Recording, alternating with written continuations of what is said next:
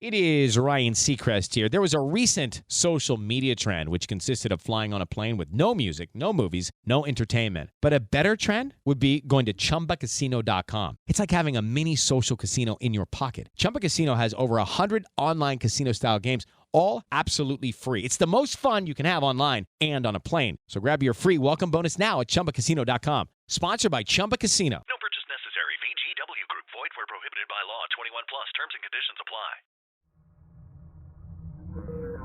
Before we begin, do you have a theory about this case or a story of your own? Share it with me at nightwatchfiles@gmail.com. Your insights might be featured in a future episode. And be sure to stick around until the end where I'll read a couple regarding the last episode. Maybe yours is one of them. Let's unravel this together. Warning: this episode contains graphic descriptions of violence. Listener discretion is advised. On the morning of Saturday, January 11th, 1992, the sun rose over a crisp, clear day. Brothers Don and Ralph Foley had set out early from Canaan for a quail hunting trip, their route leading them toward the Jefferson Proving Ground, a government facility used for ammunition testing. As they traveled along County Road 1133, a winding stretch cutting through fields and farmland, Ralph spotted something unusual on the roadside. What appeared to be a burned pile of rags. As they drew closer, Don's first impression was that it might be an inflatable plastic doll, scorched as a cruel prank. Curious, the brothers pulled their truck over and stepped out for a closer look. Don, compelled to confirm what he was seeing, reached out and scratched at what he soon realized was a toenail. A chilling realization settled over him. Before them, lying near a shallow pool of water, was the burned corpse of a young woman. The gruesome sight sent a jolt through Don, bringing back haunting memories of scenes he had witnessed during his time in Vietnam. Her face and upper body were charred beyond recognition. Pieces of burned flesh fluttered in the gentle breeze, exposing the brutal extent of the fire's damage. The Foley brothers had just stumbled upon one of the most brutal crimes in Indiana's history.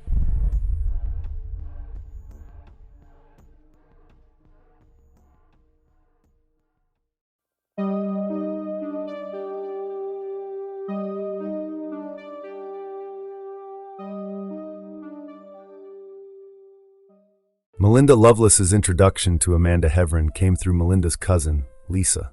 At the time, Lisa noted that Amanda had a distinctly boyish appearance, with short hair, a preference for boys' clothing and shoes, and an overall rough demeanor, participating in basketball and getting into fights with boys. Many people initially mistook Amanda for one. According to Lisa, it was Amanda who first expressed interest in Melinda, repeatedly asking about her and describing her as so pretty, with real long, curly hair and a style reminiscent of Madonna. Lisa eventually revealed that the girl Amanda was inquiring about was her cousin. That weekend, Amanda and Melinda were formally introduced at a pep rally. The two teens reportedly really hit it off during this initial meeting. Melinda found a certain resemblance between Amanda and her own father, Larry, even pointing this out to Amanda while showing her a home video of him performing karate moves.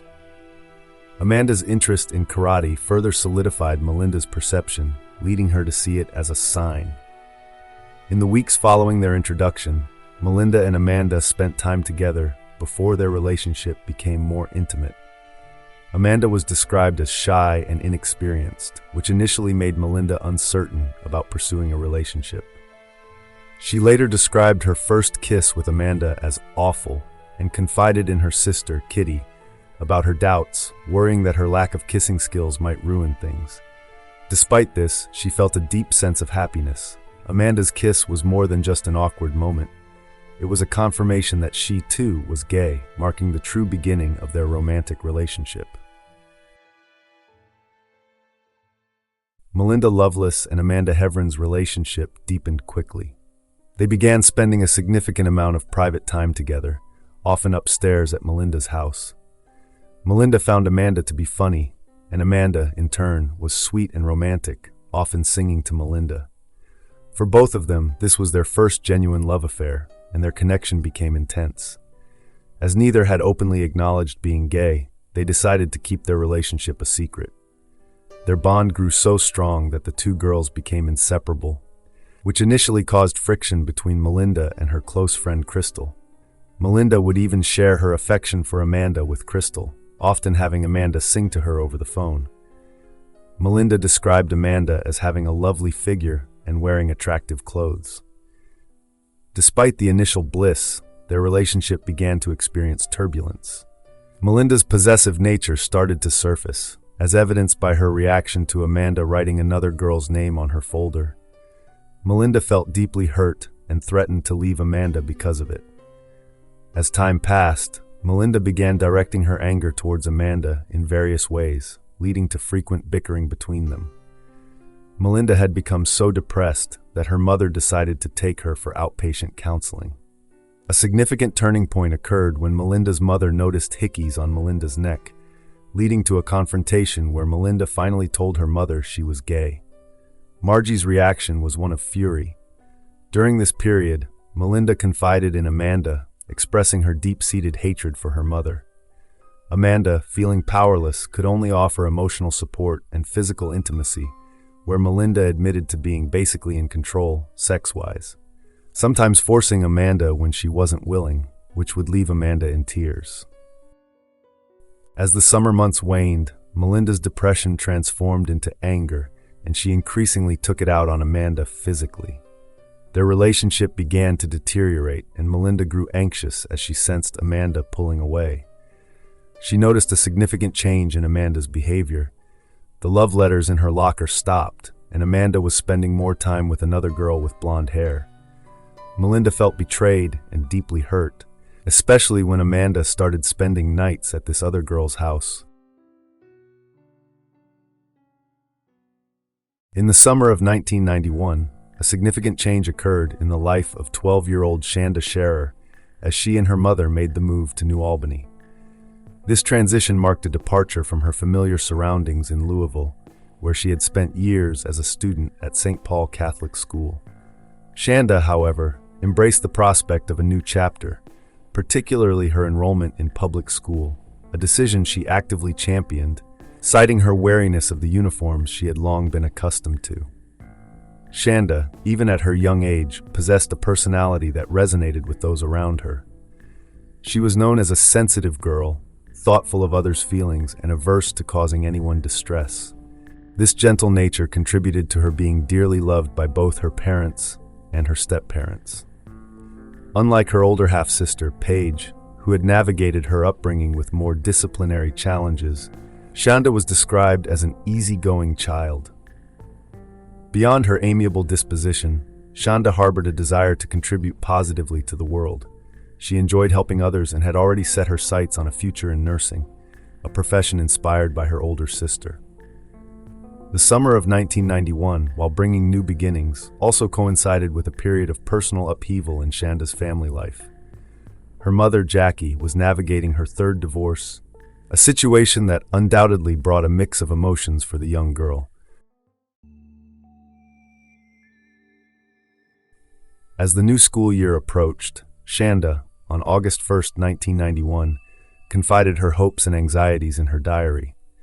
She expressed a typical preteen apprehension about fitting in at a new school, noting the rumored presence of different social cliques. Amidst these worries, a common desire for her age group surfaced, the wish to appear older. Shanda longed to be 13 and lamented that her mother was unlikely to go along with her pretending to be a year older. These diary entries reveal a glimpse into the ordinary concerns of a young girl on the cusp of adolescence.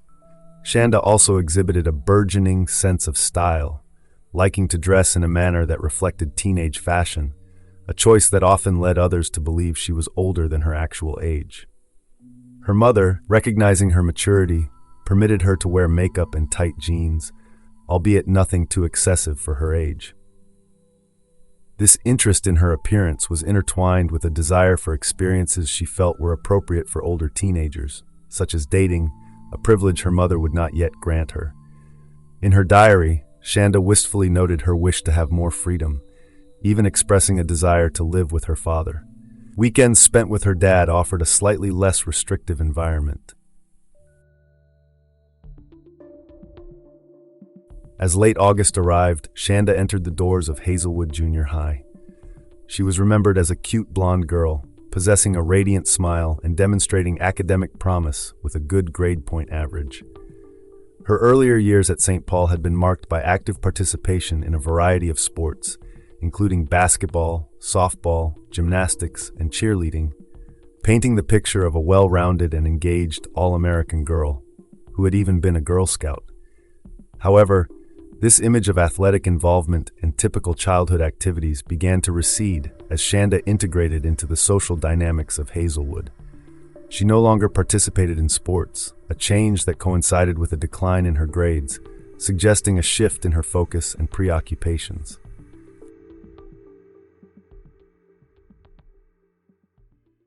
Shanda Sharer's entry into Hazelwood Junior High School in the summer of 1991 also marked the beginning of her connection with Amanda Hevron. Their initial encounter was not amicable. Amanda saw her cousin Nathan arguing with Shanda in one of the school hallways and intervened to break up the altercation. As a consequence of this incident, both Amanda and Shanda were given a week of in-school suspension, or ISS as the girls referred to it. Around the same time, Melinda Lovelace intentionally made herself tardy so that she could also be placed in ISS. Melinda informed her mother, Margie, that she needed to stay after school to help decorate for a party, which was a ruse to join Amanda.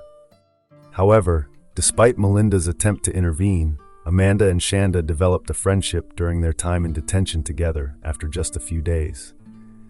Amanda apologized to Shanda and, in one of her first letters, gave Shanda her phone number, telling her to call anytime.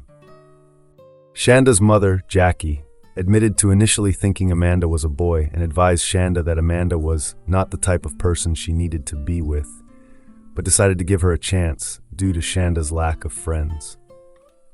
Following their initial meeting and the development of their nascent friendship, Shanda and Amanda began to make plans to see each other at school. They exchanged lists of their class schedules, coordinating times to meet in the cafeteria or in the hallway between classes. Amanda also told Shanda that she did not have a locker partner and asked Shanda to slip any notes she might write through the locker vents. Their communication progressed to the point where Amanda eventually asked for the combination to Shanda's locker, marking a deepening of their connection through a series of letters and gifts. In these early written exchanges, Amanda even hinted at being a lesbian, further shaping the nature of their developing relationship. As their friendship deepened, it evolved into a romantic relationship. Amanda began inviting Shanda to spend the night at her house, and her letters became more loving in tone, with her even using the nickname Amanda Pooh, which was originally coined by Melinda. Amanda professed her love for Shanda in many of her letters, and they developed a secret code, using the number 23 at the bottom of their notes as a sign of affection that others couldn't decipher. They exchanged pictures of each other, and Shanda reciprocated Amanda's feelings, writing letters professing her love and devotion, even expressing jealousy when Amanda talked to other girls. Shanda gave Amanda a ring as a symbol of their affection. They attended the Harvest Homecoming dance at Hazelwood together. However, their budding romance was overshadowed by the obsessive jealousy of Amanda's ex-girlfriend, Melinda Lovelace. Consumed by resentment, Melinda seethed whenever she saw Amanda and Shanda together. Her anger escalated into relentless threats. She repeatedly called Shanda, warning her to stay away from Amanda, and even threatening to kill or attack her. Concerned for his daughter's safety, Shanda's father stepped in, demanding that Melinda leave her alone. Despite this, Melinda's fury only grew. She confronted Amanda about her involvement with Shanda, and Amanda's repeated lies to cover up their relationship only fueled Melinda's rage. After a school dance, Melinda publicly lashed out, slapping Amanda, chasing Shanda, and hurling more threats in a fit of possessive fury. Despite Melinda's threats and attempts to interfere, Shanda and Amanda's relationship persisted, sustained by secret meetings and heartfelt letters. Amanda, fully aware of Melinda's volatile nature, warned Shanda about the potential danger she faced. As their connection deepened, tensions at school escalated. Arguments and conflicts became more frequent as Amanda realized the full extent of Melinda's obsession. Fear began to take hold.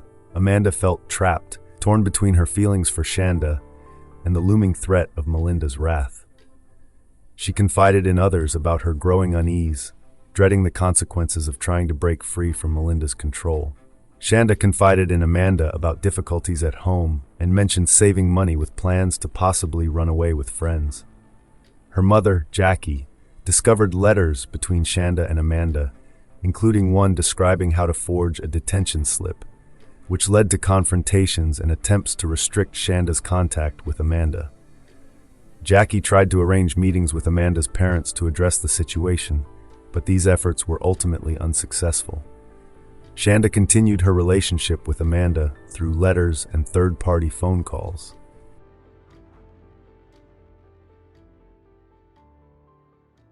Hey, it's Ryan Seacrest. Life comes at you fast, which is why it's important to find some time to relax. A little you time. Enter Chumba Casino. With no download required, you can jump on anytime, anywhere for the chance to redeem some serious prizes. So treat yourself with Chumba Casino and play over 100 online casino-style games, all for free. Go to ChumbaCasino.com to collect your free welcome bonus. Sponsored by Chumba Casino. No purchase necessary. VGW Group. Void where prohibited by law. 21 plus. Terms and conditions apply. Melinda Loveless was born in October 1975, the third child of Margie and Larry Loveless. Even from her birth, her family life was marked by discord. Larry insisted that Melinda was not his child, despite Margie's certainty and blood tests to the contrary.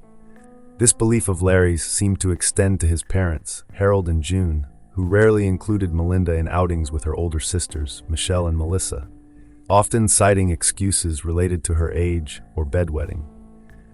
The family's life took a significant turn when they became involved with the Graceland Baptist Church. Facing foreclosure on their home, the Graceland community provided them with a house. Melinda's earliest memories were associated with this church. All three girls attended the Graceland school, and Margie became the school nurse to afford their tuition. At the young age of 5, Melinda was deeply devoted to her father, carrying her Bible everywhere. It was also during her first year at Graceland that Melinda underwent an exorcism.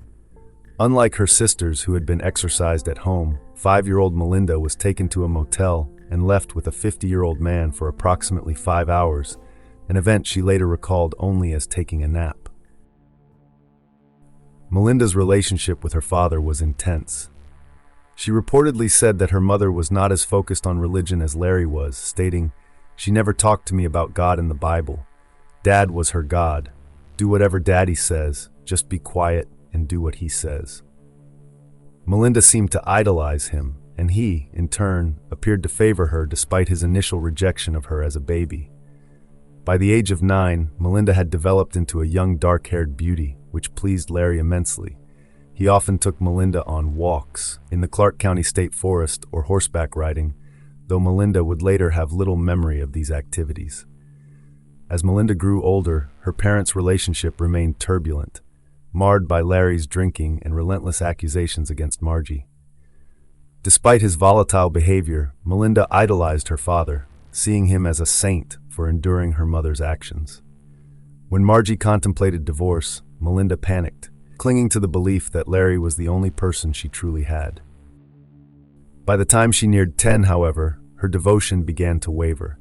She grew weary of his constant attention and the long walks he insisted on, which often ended in his anger and punishing silence.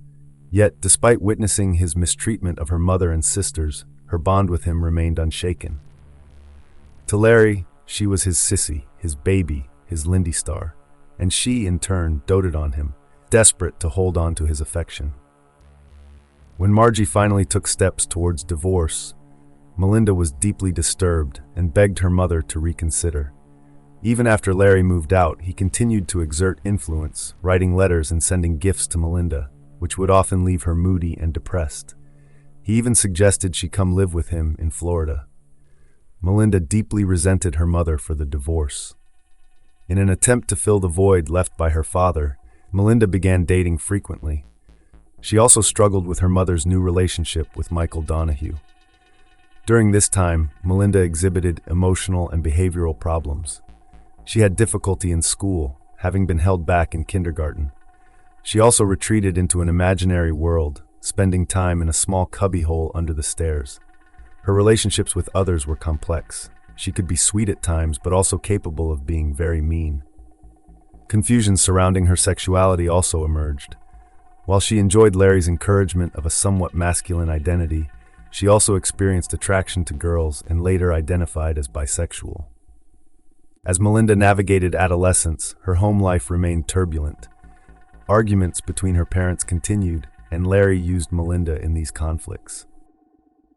Allegations of sexual abuse within the loveless household also surfaced. Melinda's cousin, Teddy Barber, revealed to being molested by Larry and witnessing him take his daughters, including Melinda, into the bathroom. Her sisters, Michelle and Melissa, also recounted being sexually abused by their father.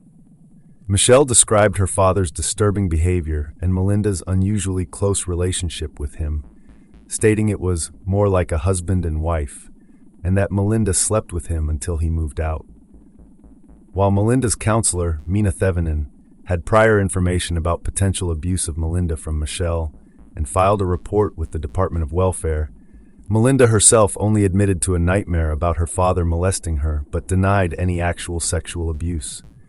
However, Michelle stated that she had seen Melinda and Larry rub each other in inappropriate ways.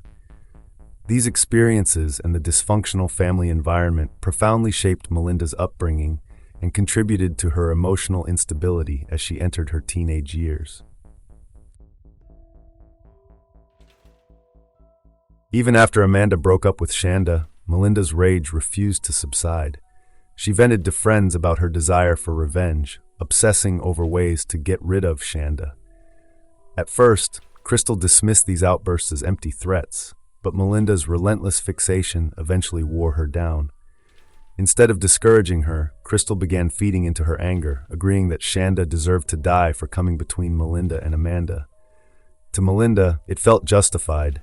She had warned Shanda repeatedly to stay away, yet Shanda had ignored her, fueling her growing sense of vengeance. The breaking point for Melinda seemed to occur after she learned that Amanda and Shanda had gone to the Harvest Homecoming dance and a haunted house together, events that Amanda initially denied having taken place. Melinda's desire to harm Shanda transitioned from verbal threats and a desire to beat her up to a more sinister plot involving abduction.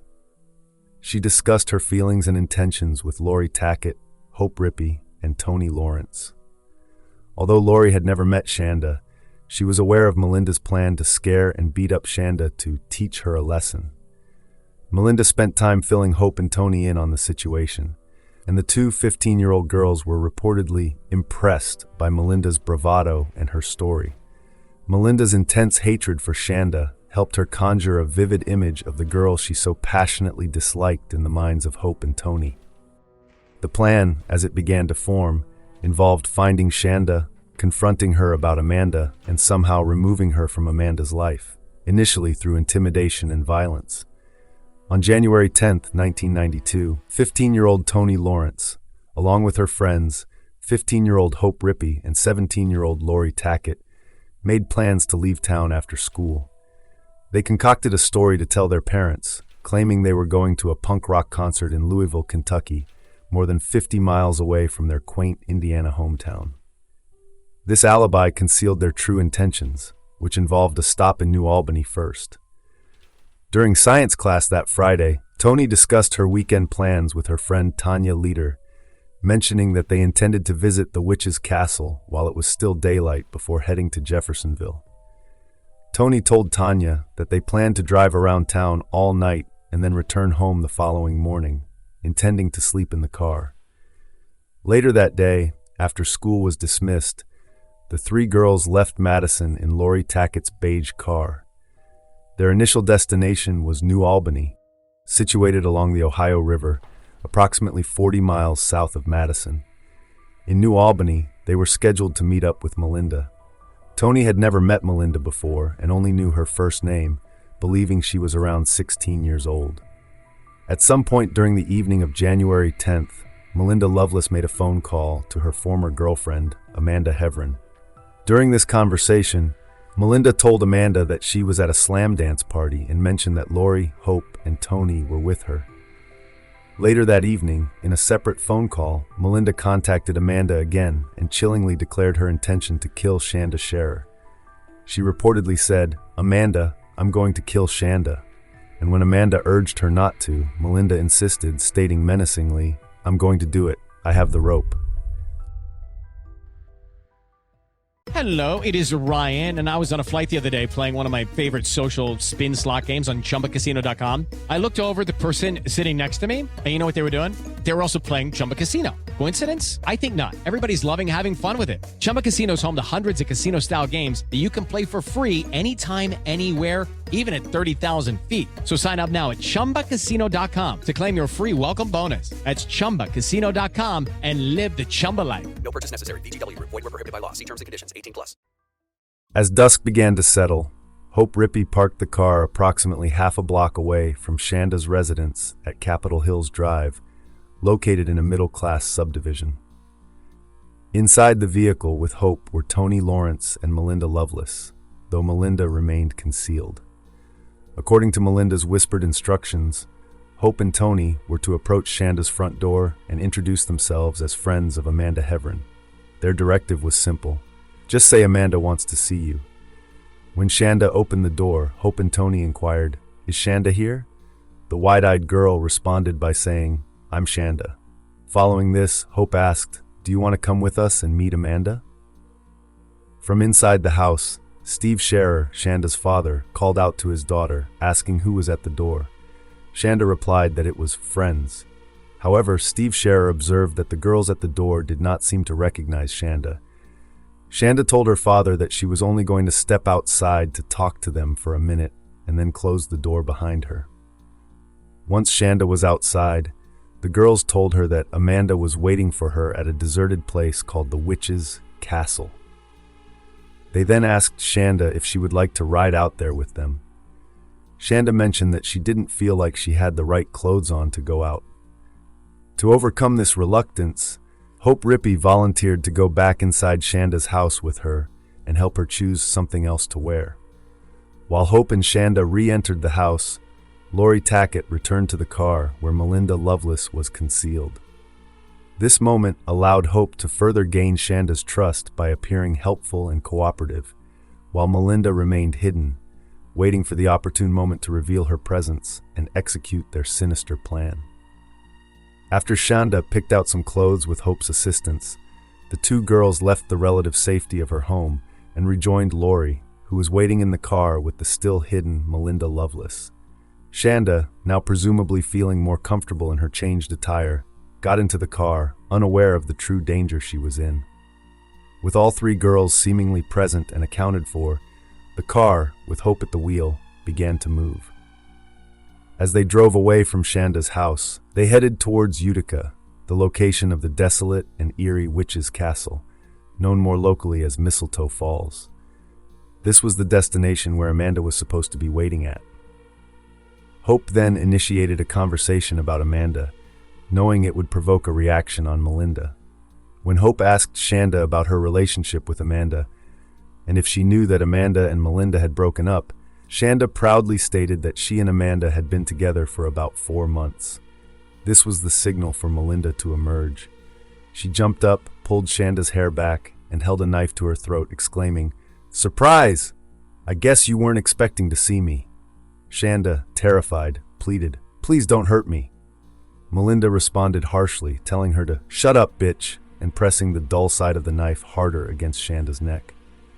Melinda interrogated Shanda about Amanda, demanding the truth about their relationship and falsely assuring Shanda she only wanted to talk and would not hurt her. Despite Shanda's continued crying and denials, Melinda kept the knife at her throat for the entire drive to the Witch's Castle. During this journey, Melinda continued her interrogation, asking if Shanda and Amanda were together, if they wrote to each other, went to a haunted house together, and had sex, to which Shanda fearfully answered yes. Melinda accused Shanda of lying and chillingly declared, "And Amanda knows I'm going to kill you. Amanda said she wants you dead just as much as I do." Upon arriving, all 5 girls, Melinda, Lori, Hope, Tony, and Shanda, exited the car. Melinda and Lori each took one of Shanda's arms and led her up to the dungeon, with Hope and Tony following, using lighters to light their way. The dungeon, a small stone structure that was once some type of concrete room. It was a dark place, and its walls were made of fallen stone. Inside, there was a semicircle of stones and a pile of ashes on the ground. Lori then produced rope and tied Shanda's ankles, while Melinda tied her wrists, and they sat her down on a bench. Hope and Tony continued to hold up lighters, casting eerie shadows on the stone walls. Melinda began to mock Shanda's appearance, criticizing her hair and clothes, expressing her hatred for Shanda's looks and the fact that she seemed to be copying her. Hope then took the knife and harassed Shanda with it, making her take off her rings and her Mickey Mouse watch, which Hope then played with, laughing at Shanda. Melinda threatened to cut off Shanda's pretty hair.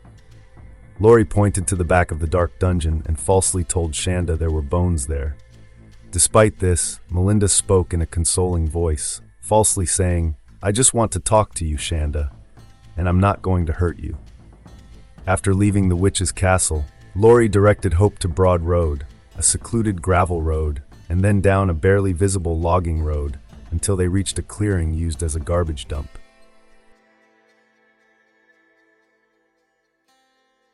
Everyone got out of the car, and Tony gave Shanda a hug and apologized. Shanda pleaded with Tony to tell the others not to hurt her and asked Melinda to take her home, but Melinda refused. Melinda and Lori then forced Shanda to take off her clothes. Melinda ran back to the car with Shanda's sweatshirt, jeans, and bra, declaring she would keep them as souvenirs. Melinda gave Shanda one of Hope's t-shirts to wear, while Hope put on Shanda's bra. Inside the car, Hope and Tony turned up the radios to try and drown out what was happening outside, but they watched through the windshield. Melinda and Lori then began to physically assault Shanda. Melinda kneed Shanda in the face a couple of times, causing her mouth to bleed profusely. Then, Melinda and Lori each took one of Shanda's arms, and Melinda tried to cut Shanda's throat with the dull knife, even attempting to use her foot to push the knife harder. At this point, Hope briefly got out of the car, seemingly to hold Shanda down. When Hope returned to the car, Tony questioned her actions, but Hope remained silent. Looking back out the window, Tony saw Lori sitting on Shanda's stomach and Melinda sitting on her legs while Lori tried to strangle Shanda. As Shanda continued to struggle, Melinda retrieved a rope from the car and gave it to Lori. They both put the rope around Shanda's neck and pulled tightly until she became unconscious. A few minutes later, Lori returned to the car and told Hope and Tony that Shanda was knocked out and asked for the car keys to open the trunk. Lori requested their help, but neither Hope nor Tony moved. They watched as Lori and Melinda opened the trunk and dragged Shanda's unconscious body, placing her inside with a loud thud. Hope began to cry and asked if Shanda was dead, to which Melinda replied, "Yeah." The girls then drove away, and Lori showed Melinda the tire tool, which was dripping with blood, asking her to smell it, but Melinda protested. They discussed burning Shanda's body. They stopped the car again, and when they opened the trunk, Shanda startled them by sitting straight up, her eyes rolled back, covered in blood, her blonde hair now red with blood. They heard her say "Mommy" as they closed the trunk lid. Afterwards, Shanda was no longer moaning or talking, appearing like a zombie. They stopped again, intending to throw her over a bridge, but were interrupted by approaching headlights, causing Melinda to throw down the knife and Lori to quickly slam the trunk shut on Shanda.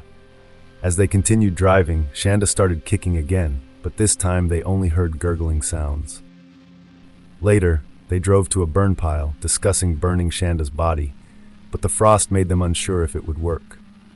Lori wanted to show Shanda's body to Hope and Tony, but only Hope got out to look, while Tony remained in the car, crying and looking at the bloodied legs through the rearview mirror, revving the engine to drown out Shanda's screams. Hope sprayed a bloodied bottle of Windex on Shanda's wounds, muttering, "You're not looking so hot now, are you?" The girls decided to proceed with burning Shanda. At approximately 7 a.m., Lori Tackett called her next-door neighbor, Jason Teague, asking if he had any gasoline, claiming her car had run out. Teague reported that he only had kerosene, which Lori said would work because she needed to burn some clothes. Teague did not give her any fuel. They then drove to a Clark gas station where Hope pumped gas, and Tony and Lori went inside to pay. Lori then emptied a 2-liter bottle of Pepsi and filled it with gasoline. Hope then directed Lori to a desolate spot on Camp Meeting Road, about 8 miles outside of Madison. At this location, the 3 girls, Melinda, Lori, and Hope, as Tony stayed in the car and cried, opened the trunk and found Shanda bleeding badly. Melinda was disgusted and did not want to touch her, but Hope eventually agreed to help.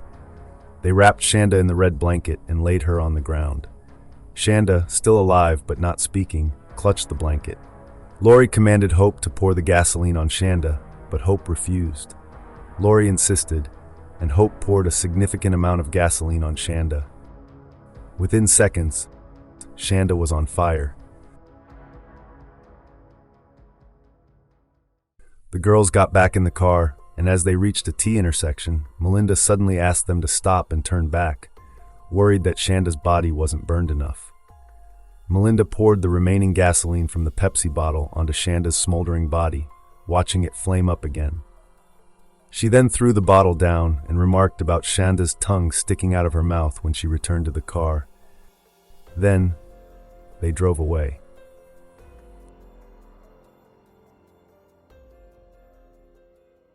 It is Ryan Seacrest here. There was a recent social media trend which consisted of flying on a plane with no music, no movies, no entertainment. But a better trend would be going to ChumbaCasino.com. It's like having a mini social casino in your pocket. Chumba Casino has over 100 online casino-style games, all absolutely free. It's the most fun you can have online and on a plane. So grab your free welcome bonus now at ChumbaCasino.com. Sponsored by Chumba Casino. No purchase necessary. VGW Group. Void where prohibited by law. 21 plus. Terms and conditions apply.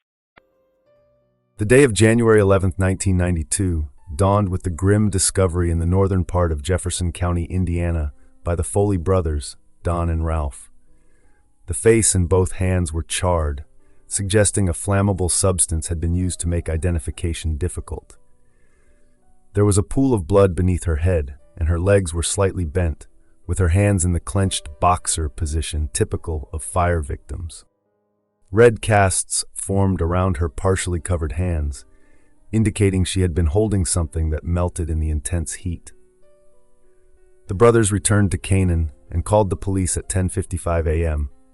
They were asked to remain at the scene until Deputy Sheriff Randall Spry arrived, who reached the location within half an hour and marked off tire tracks in the muddy field near the body, which was situated in a frozen mud hole. Jefferson County Sheriff Buck Shipley arrived next and immediately requested a technician and a detective from the Indiana State Police. Just before noon, Trooper Detective Steve Henry received a call at his home from the Sellersburg Post, and forensic expert Sergeant Curtis Wells received a similar call at the same time. Both men drove for an hour to reach the scene, arriving simultaneously just minutes after 1 p.m. Deputy Spry had Lemon Road blocked off to secure the crime scene. Initially, both Wells and Henry thought they were the victims of a prank when they saw the body. Wells, who knew Sheriff Shipley, even suspected the sheriff was playing a joke. However, it soon became apparent that it was indeed a deceased young woman. Meanwhile, back in Madison, something else was unfolding. The group of teenagers, moments after the horrific act of burning Shanda Sharer's body, found themselves at a McDonald's. Hope Rippey reportedly suggested the visit to the fast food restaurant as a way to get something to eat. It was around 9:30 a.m. when Lori Tackett and Melinda Lovelace approached the counter inside the McDonald's. While Lori and Melinda were ordering, Tony, burdened by the weight of their actions, used the McDonald's phone to call her friend, Mikkel Pomeran. Speaking rapidly and nervously, Tony initially gave a vague explanation, saying she had been out with Lori, Hope, and Melinda, and something bad happened. When Mikkel pressed for details, Tony confessed, they killed somebody. It was a girl named Shanda, and they beat her with a crowbar and they tried to slit her throat. Her voice was rushed as she recounted seeing Shanda's bloodied body in the trunk, ultimately hanging up out of fear of being overheard by the others. Meanwhile, inside the McDonald's, Lori wasn't eating much. Neither she, Hope, nor Tony could eat. However, Melinda allegedly took our money and ate well. Melinda herself recalled ordering orange juice. Lori, in a disturbing display of callousness, allegedly had sausages and made a grotesque joke, remarking that Shanda looks like this. As they sat at their table, the stark contrast between their recent brutal act and the normalcy of a fast food breakfast was chilling. After the brief and tense stop, Lori agreed it was time to drop Tony off at home. Later in the day, around 8:20 p.m., a 15-year-old boy named Sean Piles went to the jail in Madison to report a disturbing conversation he had overheard at Anderson's bowling alley, a local teen hangout. He heard a couple of girls bragging about witnessing a murder, and although they seemed nervous, he thought they might be serious. As law enforcement digested this information, the Madison police called to report that one of the girls from the bowling alley, 15-year-old Toni Lawrence, had shown up at the local police station, hysterical and wanting to talk about the case. She was directed to the sheriff's department and arrived shortly after, accompanied by her parents.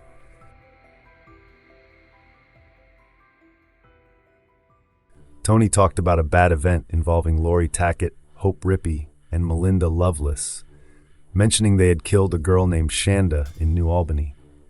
While Tony's initial details, such as the exact address, she thought it was 509 Capitol Hills Drive, and Shanda's age, she thought 13, were not entirely accurate, her statement raised serious concerns. Sergeant Curtis Wells followed up on this information, contacting various police departments until he discovered a missing persons report from the Clark County Sheriff's Department for Shanda Renee Sharer, a 12-year-old white female from 905 Capitol Hills Drive in Jeffersonville. Although there were still discrepancies with Tony's account, this was the closest match. Consequently, Wells updated Detective Howard Henry and instructed him to go to the Capitol Hills subdivision to speak with Steve Sharer, Shanda's father, to gather more information about the circumstances of Shanda's departure, while advising Henry to be cautious due to the inconsistencies in the initial report. During this visit, Henry inquired about the girls Tony mentioned and the type of car they might have been driving, but Steve had limited information to offer. He also asked if anything was missing from Shanda's room, but a search proved unfruitful, and Henry learned that Shanda primarily resided with her mother in New Albany, leading him to plan a search of her room there as well. Back at the station, Steve Henry turned on a tape recorder to take Toni Lawrence's statement about the events of the previous night and this morning. Her initial description was rambling, but she eventually mentioned that after dropping her off, the others were going to burn Shanda, and that they had even gotten gasoline on the way to taking her home that morning. Toni stated she was dropped off at her house around 9:45 a.m. that morning. She also mentioned seeing blood on the trunk of the car. As Tony's interview progressed, Curtis Wells identified the car involved. He also contacted a Floyd County probation officer, Virgil C., who informed him about a complaint filed against a young girl, Melinda Loveless, by Amanda Heveron's father, and that C possessed letters written by Melinda to Amanda. In Jeffersonville that evening, Howard Henry met with Steve Sharer and Jackie Vaught at their kitchen table. Henry delivered the devastating news that Shanda's body had been discovered and that she had been murdered. Jackie Vaught became hysterical and went into the living room, while Steve Sharer remained at the table to ask questions.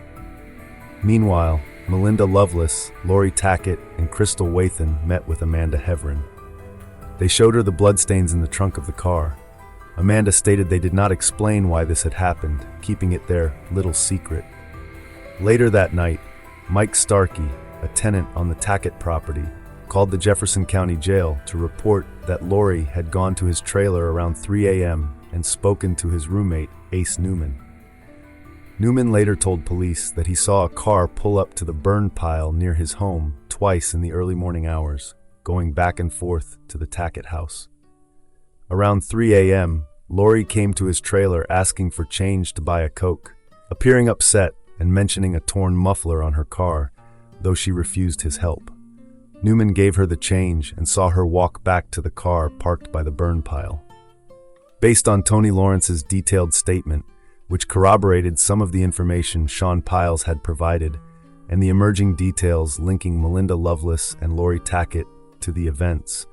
Arrest warrants were issued for both Melinda Loveless and Mary Laureen Tackett by Judge Ted Todd.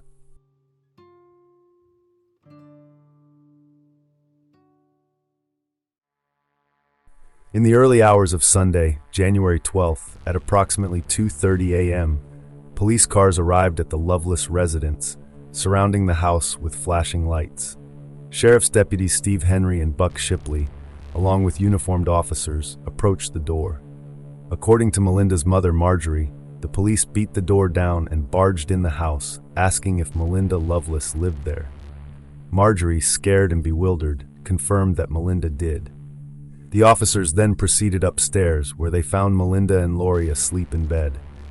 Henry and Shipley were reportedly surprised by Melinda's small stature, as their initial imaginings based on Tony's statement had led them to expect someone much larger. The two men woke the girls, had them get dressed, and escorted them to the living room. Downstairs, the officers read Melinda and Lori their rights. Just as they finished, Lori interrupted, asking, "Are we on candid camera?" To which Shipley replied, "No. This is really happening." The girls were then handcuffed, much to the amazement of Marjorie. As they were being taken out of the house, Steve Henry offered a somber word to Marjorie, expressing his sorrow and advising her to get a good lawyer. Melinda and Lori were transported to jail in separate vehicles. Upon arrival at the jail, Lori attempted to appear tough, while Melinda seemed like a frightened little girl. Henry recalled that Melinda appeared as if she might pass out due to the shock. Later, Melinda made a phone call from the jail, during which she indicated to her stepdad Michael that a friend at school named Shanda is dead, and admitted that they just meant to feel good and beat her up. It went too far, it got out of hand. Following their arrests, the legal proceedings against Melinda Loveless and Lori Tackett began swiftly. By mid-morning on Monday, January 13th, a preliminary hearing was held in the Circuit Court of Jefferson County in Madison, at which time a single count of murder was entered against both Melinda Loveless and Mary Laureen Tackett. Counsel was appointed to represent each girl, provided at the taxpayer's expense. In a separate but immediate procedure, both Loveless and Tackett were waived from the juvenile court system. They would be tried as adults. Within hours after this initial hearing, at Judge Ted Todd's request, Lori Tackett was transferred to the Indiana Women's Prison in Indianapolis for psychiatric evaluation, while Melinda Loveless was transferred a few days later to the Clark County Jail in Jeffersonville to await trial. As the investigation progressed, Jefferson County Prosecutor Guy Townsend announced trial dates for June 23rd for Loveless and June 25th for Tackett, though he declined to give further details to avoid pre-trial publicity. However, these dates would not hold. By early July, facing a lack of cooperation from the girls and their attorneys, Townsend began taking steps to file the death penalty against both Loveless and Tackett. Under Indiana law, because the death penalty was being sought, both girls were automatically provided with death penalty certified co-counsel. For Loveless, Bob Hamrell joined the defense team alongside her original counsel, Mike Walrow. For Tackett, Madison attorney Will Goring and Indianapolis attorney Ellen O'Connor joined her initial attorney, Barlow. On September 21, 1992, a significant turn occurred. Melinda Loveless and Lori Tackett both signed plea agreements with the Jefferson Circuit Court, pleading guilty to the murder and torture of Shanda Sharer. In exchange for their guilty pleas, the state of Indiana agreed to withdraw the death penalty specifications against each girl. The plea agreement stipulated that both Loveless and Tackett would fully cooperate with the state, including testifying at any required hearings or trials. Both pleaded guilty to murder, arson, and criminal confinement, and in exchange, the 7 other charges against them were dropped. The agreement further specified that the sentences for these 3 charges would run concurrently, meaning each faced a maximum of 30 to 60 years for the most serious charge, murder while aiding in an attempt to commit arson. On October 6th, Judge Todd formally accepted the guilty pleas of both Melinda Loveless and Lori Tackett. That same day, a 2-hour pre-trial conference was held for Hope Rippey, whose attorney, Daryl Oxier, rejected a plea agreement that would have had Rippey plead guilty to the same charges as Loveless and Tackett. Rippey continued to maintain a plea of not guilty, and a trial date was set for March 1st, 1993. The sentencing hearing for Melinda Loveless commenced on December 14, 1992, lasting for several days. The courtroom was packed as Prosecutor Townsend presented the history of the crime, detailing the events leading up to and including Shanda's murder. Testimony was heard from various witnesses, including the hunter who discovered Shanda's body, police officers involved in the investigation, and even friends of Melinda and Shanda. Gruesome details of the crime scene and the post-mortem examination were presented, sometimes over the objections of the defense. Letters between Melinda, Amanda, and Shanda were also entered into evidence. Melinda's family members testified about the alleged violent and sexually abusive atmosphere in their household, attempting to present mitigating circumstances. On January 4, 1993, Judge Todd sentenced Melinda Loveless to the maximum of 60 years. The sentencing hearing for Lori Tackett began on December 28, 1992. Much of the evidence and testimony from Loveless's hearing was stipulated into the record. Tony Lawrence testified, recounting the events of the crime. In a notable development, Melinda Loveless was called to the stand by Tackett's defense team, where she attempted to shift as much blame as possible. However, under cross-examination, her testimony was challenged. Crystal Wathen and Carrie Pope also testified, offering different perspectives on the events and the girls' personalities. Lori Tackett also testified on her own behalf, recounting a troubled past and attempting to portray herself as remorseful. It is Ryan Seacrest here. There was a recent social media trend which consisted of flying on a plane with no music, no movies, no entertainment. But a better trend would be going to ChumbaCasino.com. It's like having a mini social casino in your pocket. Chumba Casino has over 100 online casino-style games, all absolutely free. It's the most fun you can have online and on a plane. So grab your free welcome bonus now at ChumbaCasino.com. Sponsored by Chumba Casino. No purchase necessary. VGW Group. Void where prohibited by law. 21 plus. Terms and conditions apply. The tension in the courtroom had been palpable for days, each revelation more disturbing than the last.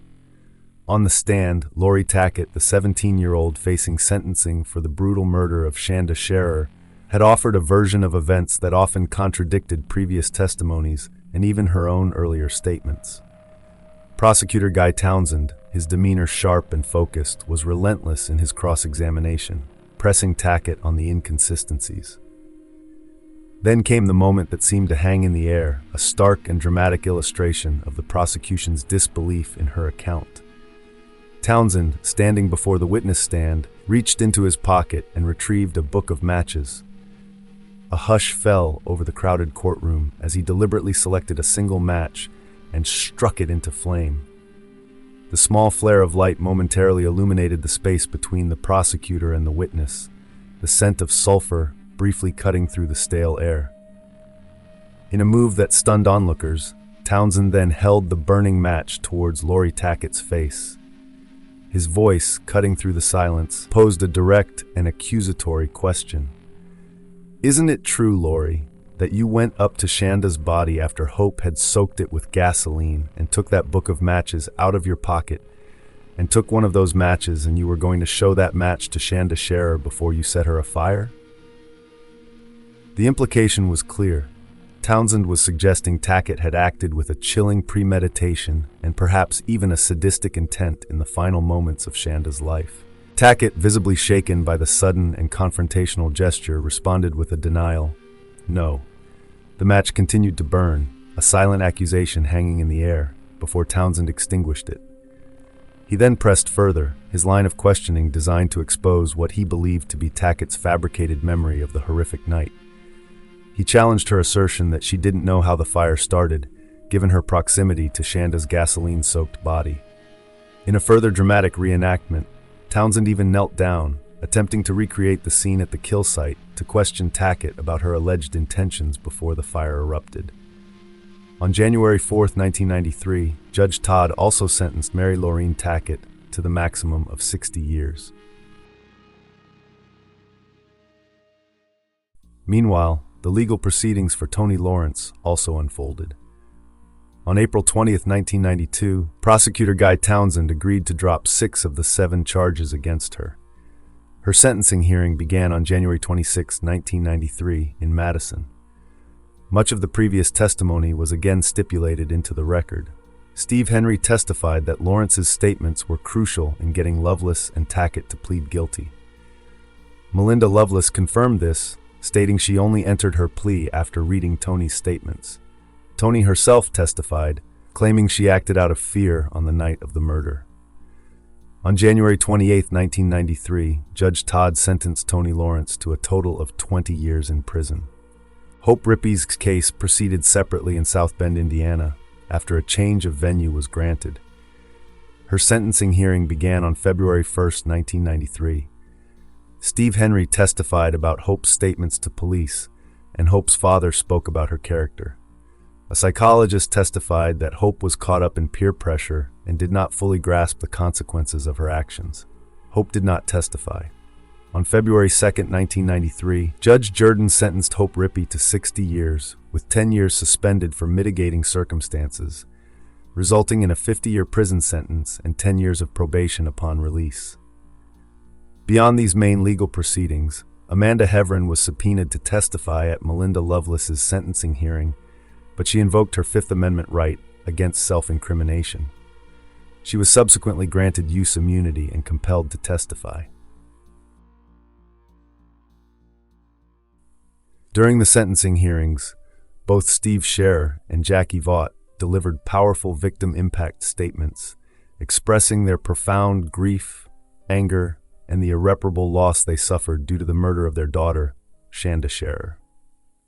Steve Sharer's victim impact statement came on the third day of the hearing, after he had already testified about the events of January 10th and 11th. Despite the defense's argument that Jackie Vaught was the designated victim's representative, Judge Todd allowed Steve to speak. In his statement, Steve expressed a great deep hole in my chest and stated that his heart sags very sorrowfully. He emphasized that Shanda was his only child. He spoke about the simple future pleasures that were now lost, such as watching her graduate, go to college, and potentially have children. He poignantly recalled Shanda's last day with him, remembering her helping him prepare for a home improvement project and calling her Daddy's little girl, saying he loved her to death. Later, during Hope Rippey's sentencing hearing, Steve again spoke, tearfully addressing Hope about the problems she had created for their family and expressing his inability to understand why she didn't try to stop the murder. He ended his statement to Hope with a harsh, "May you rot in hell with the rest of your murdering friends." After the sentencing of Loveless and Tackett, Steve told the press he felt much better now that they had received the maximum sentences, feeling like he could breathe again, and expressing no sympathy for the families of the girls who could still visit their children in jail, while he would never see Shanda again.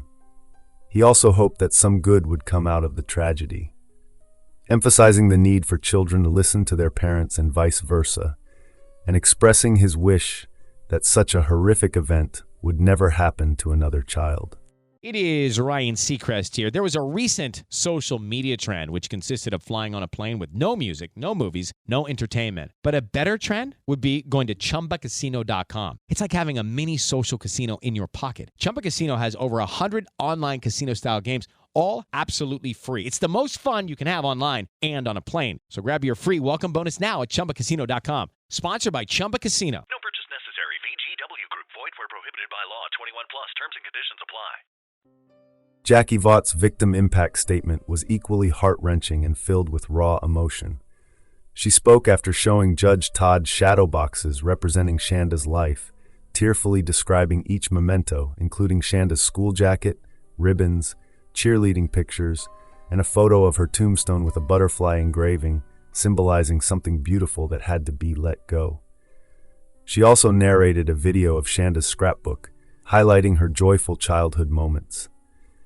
In her formal statement, Jackie described Shanda as a compassionate person who cared for others, and she spoke of Shanda's shattered dreams and hopes. She told the court, "It has obviously shattered all of our lives," and stated, "I speak for all of us when I say I don't think there's anything worse than burying your own child." Jackie recounted the emptiness in her life after Shanda's death, the lack of anyone to cook or care for, and her subsequent withdrawal from family and friends due to the overwhelming pain. She testified about her inability to work and her struggle with suicidal thoughts, requiring medication and therapy. With uncontrolled emotion, she cried, "I want my baby back," and lamented the absence of presents for Shanda under the Christmas tree. Directing a piercing gaze at Melinda Loveless, Jackie stated that Melinda had cheated me out of being with my daughter during this life. She expressed her wish that Melinda would be haunted by the memories of Shanda's screams and burned body, suggesting that only by imagining the person she loved most suffering the same fate could Melinda possibly grasp their pain. Jackie equated Melinda with notorious killers like Charles Manson and Jeffrey Dahmer, demanding the maximum 60-year sentence, stating that anything less would be a crime equal to the murder of my daughter. Ending her testimony in tears, she turned to Melinda and said, "May you rot in hell."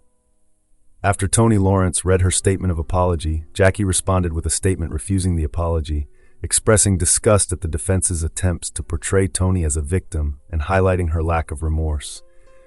Jackie emphasized that the victim here is Shanda Renee Sharer and her family and friends.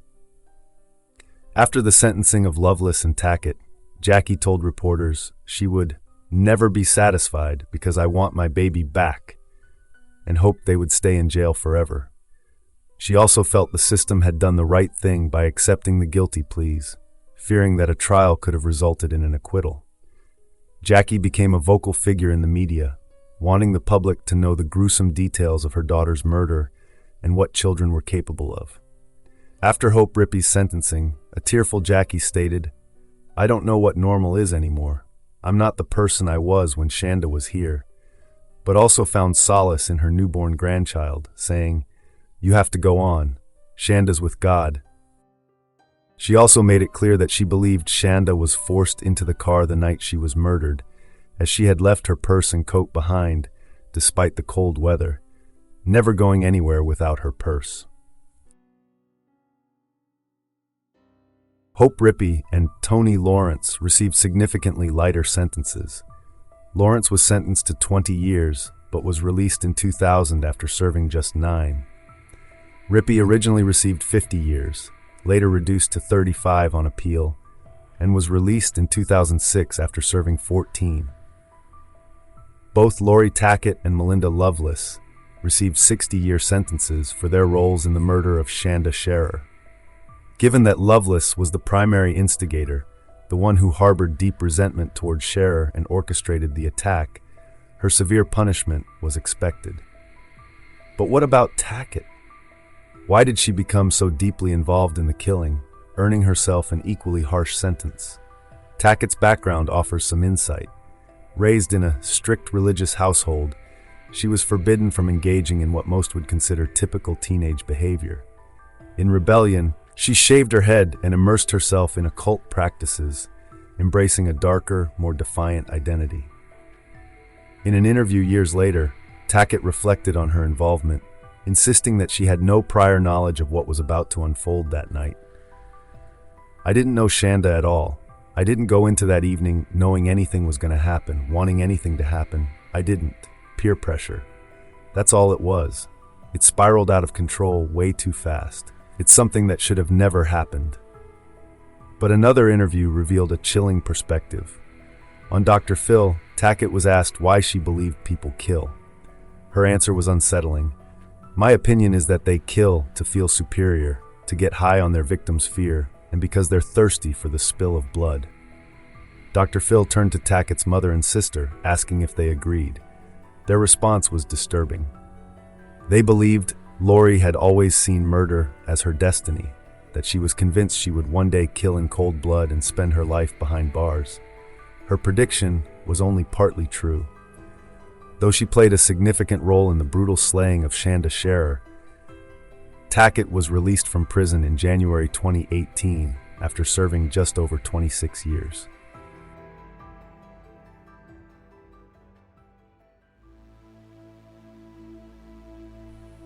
While Tackett's motives remain debated, one question lingers. What could drive a 16-year-old girl like Melinda Loveless to mastermind such a horrific crime?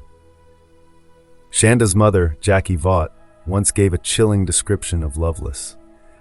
I had many times said, if you want to see as close to a person who has absolutely nothing inside of them, look into Melinda's eyes, because there's nothing there. But Loveless did not have an easy childhood. Her father, a Vietnam veteran, subjected her and her siblings to years of sexual abuse, trauma that experts believe fueled her rage and violent tendencies. He was later arrested and convicted for his crimes, but the damage was already done.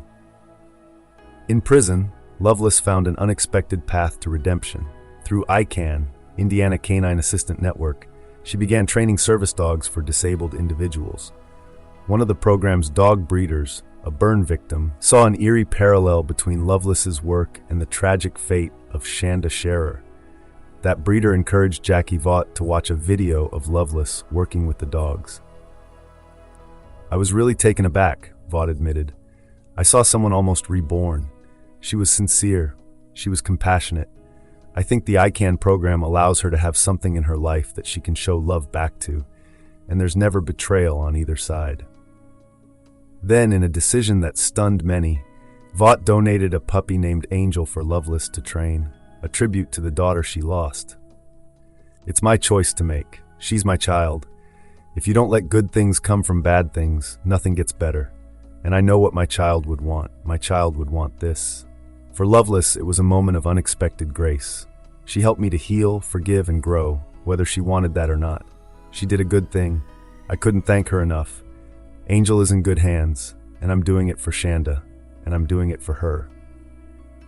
But does rehabilitation erase the past? Can true redemption ever be possible for someone who committed such a monstrous act? Or is the darkness always there, lurking beneath the surface?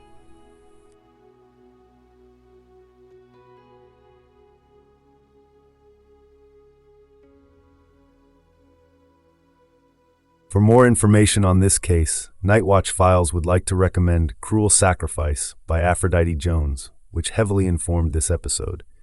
You can find a link on your preferred listening app's episode description. Hey everyone, I remember this case so well. The second you started talking about the kidnapping, I could picture it all.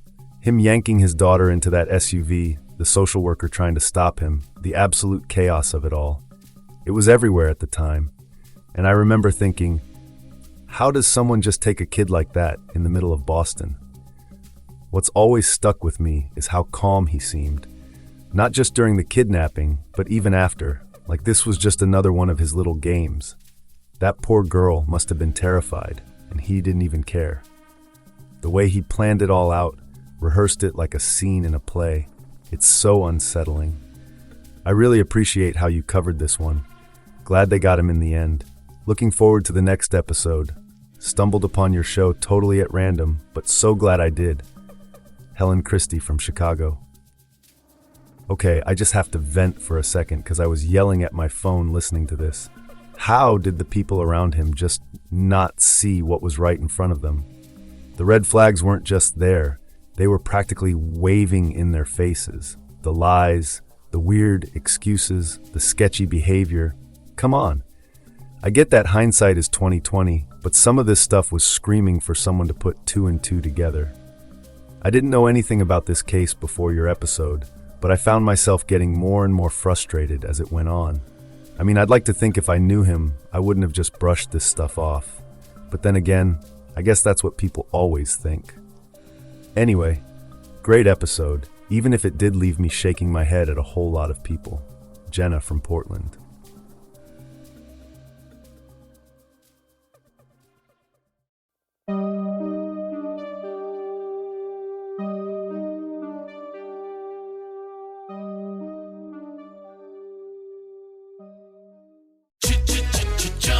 Looking for excitement? Chumba Casino is here. Play anytime, play anywhere. Play on the train, play at the store, play at home, play when you're bored. Play today for your chance to win and get daily bonuses when you log in. So what are you waiting for? Don't delay. Chumba Casino is free to play. Experience social gameplay like never before. Go to Chumba Casino right now to play hundreds of games, including online slots, bingo, Slingo, and more. Live the Chumba life at ChumbaCasino.com. No purchase necessary. VGW Group. Void where prohibited by law. 21 plus. Terms and conditions apply.